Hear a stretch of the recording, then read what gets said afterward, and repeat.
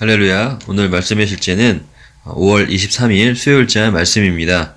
말씀의 제목은 생명의 사역자들이라는 제목입니다. 돌에 써서 새긴 죽게 하는 율법의 조문의 직분도 영광이 있어 이스라엘 자손들은 모세의 얼굴에 없어질 영광 때문에도 그 얼굴을 주목하지 못하였거든. 하물며 영의 직분은 더욱 영광이 있지 아니하겠느냐. 고린도후서 3장 7절 8절 말씀입니다. 오늘의 본문 구절에서 사도 바울은 구약과 신약의 놀라운 차이를 비교하였습니다.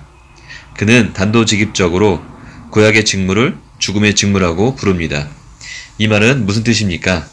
율법에 대해 이해하십시오. 율법을 주신 것은 정죄하기 위해서였습니다. 율법을 읽을 때 죽음이 역사했고 사람들은 정죄를 받았으며 영적인 죽음을 의식하게 되었습니다. 로마서 7장 9절에서 한 바울의 말을 떠올려 보십시오.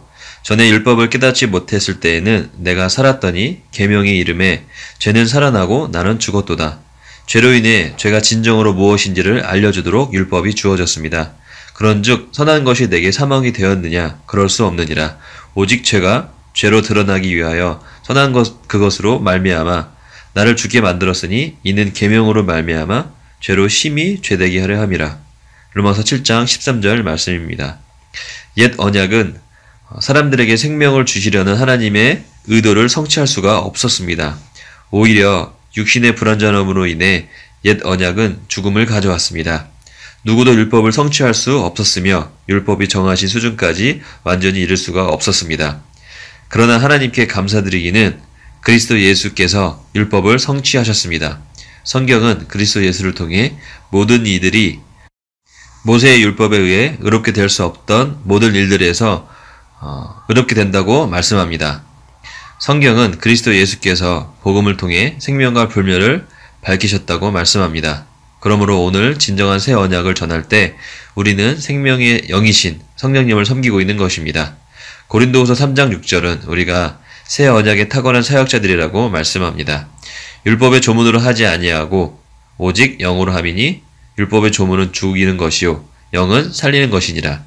이것이 당신의 꿈과 갈망이 되어야 합니다. 당신은 자신의 직분이 영의 직분인 생명의 직분이기를 원해야 합니다. 당신의 사역으로 인해 구원과 치유와 구출과 활성화된 다른 축복들이 있는 생명의 영이 풀려나기 때문에 예수님을 아직 알지 못하는 사람들은 당신의 말을 듣고 변화됩니다. 아멘. 오늘 말씀에서는 구약과 신약의 놀라운 차이에 대해서 말하고 있습니다. 구약의 사람들은 즉 언약 안에 있던 옛 언약 안에 있던 사람들은 근본적으로 거듭나지 않은 죄인들이었습니다. 죄에 대한 기준이 없고 죄로 인한 고통을 받았던 백성들에게 하나님께서는 모세를 통해서 율법을 주셨습니다. 이것만 하지 않으면 된다. 또 이렇게만 하면 된다. 라는 행동 강령이 있었습니다. 하지만 본성 자체가 죄인이었던 사람들이기 때문에 하나님께서 주신 모세의 율법을 모두 지킬 수 있는 능력이 그들에게는 없었습니다. 그래서 율법을 지키려고 노력하면 할수록 할 수 없다는 것을 절실히 깨닫게 되었습니다. 오늘 말씀의 실제에서는 죄로 인해 죄가 진정으로 무엇을 알려주도록 율법이 주어졌다고 표현하고 있습니다. 그래서 선한 것으로 사망을 낳을 수 없는 것인데 죄를 짓고 나서 그것이 죄인 것을 깨달을 뿐만 아니라 선한 율법을 지키지 못하였기 때문에 정죄받는 것이 당연하다고 말하고 있습니다. 하나님께서는 하나님의 백성들이 죄로 인해 저주를 받거나 고통받는 것을 너무도 안타까워 하셨습니다. 임시적으로 피할 수 있는 길을 마련해 주셨지만 영원한 방책은 아니었습니다. 감사한 것은 우리가 율법 아래에 있는 자들이 아니라 율법을 완성하신 그리스도의 은혜 아래 있는 자들인 것입니다. 우리는 그 은혜 안에 살고 있습니다. 예수님께서 오셔서 많은 영혼들을 위해 하신 그 위대한 진리를 모르는 사람들이 아직 많이 있습니다. 아직 그들은 저주 아래에 있는 자들일 것입니다. 대부분의 사람들이 축복의 삶을 살기 원하지만 삶의 목적과 또 왜 이 땅에 태어나서 무엇을 위해 살아야 하는지 알지 못하고 또 방황하는 삶을 살고 있습니다. 이 사람들은 자신이 누구이고 또한 참된 진리를 알기를 원합니다. 그 진정한 진리를 예수님께서 2000년 전에 오셔서 나를 위해 십자가에 죽으셨고 또 부활하셨다는 것입니다. 이것이 그리스도 예수 안에서 완성하신 율법의 성취입니다. 모든 사람들이 저주 아래 살지 않고 그리스도 안에서 참된 진리와 행복과 참된 자유를 누릴 수 있는 권리를 예수님을 통해서 얻게 되었습니다. 구약의 때에는 예수님께서 오시기 전이었고 율법이 저주 아래 있었기 때문에 예수님께서 오셔서 죄의 문제를 해결하셨을 뿐만 아니라 죄를 지을 수 없는 근본적인 것을 해결하러 오셨던 것입니다. 디모데후서 1장 10절에서 이렇게 말씀하고 있습니다. 이제 우리의 구원자 예수 그리스도의 나타나심으로 분명히 드러났으니 그분께서는 사망을 패하시고 복음을 통해 생명과 죽지 아니함을 밝히 드러내셨느니라 라고 말씀하고 있습니다. 예수님께서 사망을 패하셨고 복음을 통해서 생명과 죽지 아니함을 밝히 드러내셨습니다.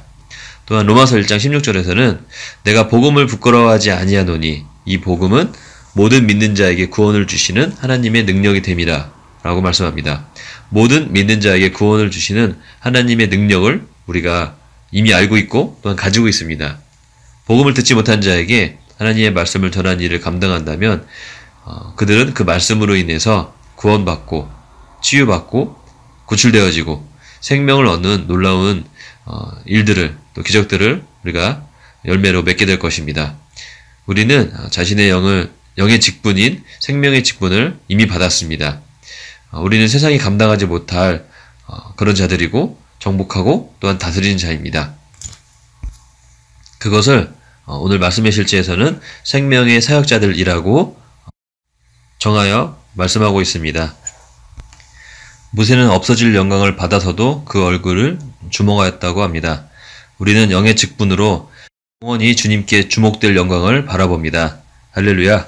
기도하고 마치겠습니다. 사랑하는 아버지, 복음을 통해서 그리스도의 헤아릴 수 없는 부요함을 전하고 제 세상에 있는 자들에게 생명을 전달하는 특권을 제게 주셔서 감사합니다. 오늘 많은 이들이 복음을 들을 때 아버지의 말씀에 있는 성령의 능력과 생명이 풀려나서 그들의 삶을 완전히 변화시키게 되어 감사합니다. 예수 이름으로 기도합니다. 아멘.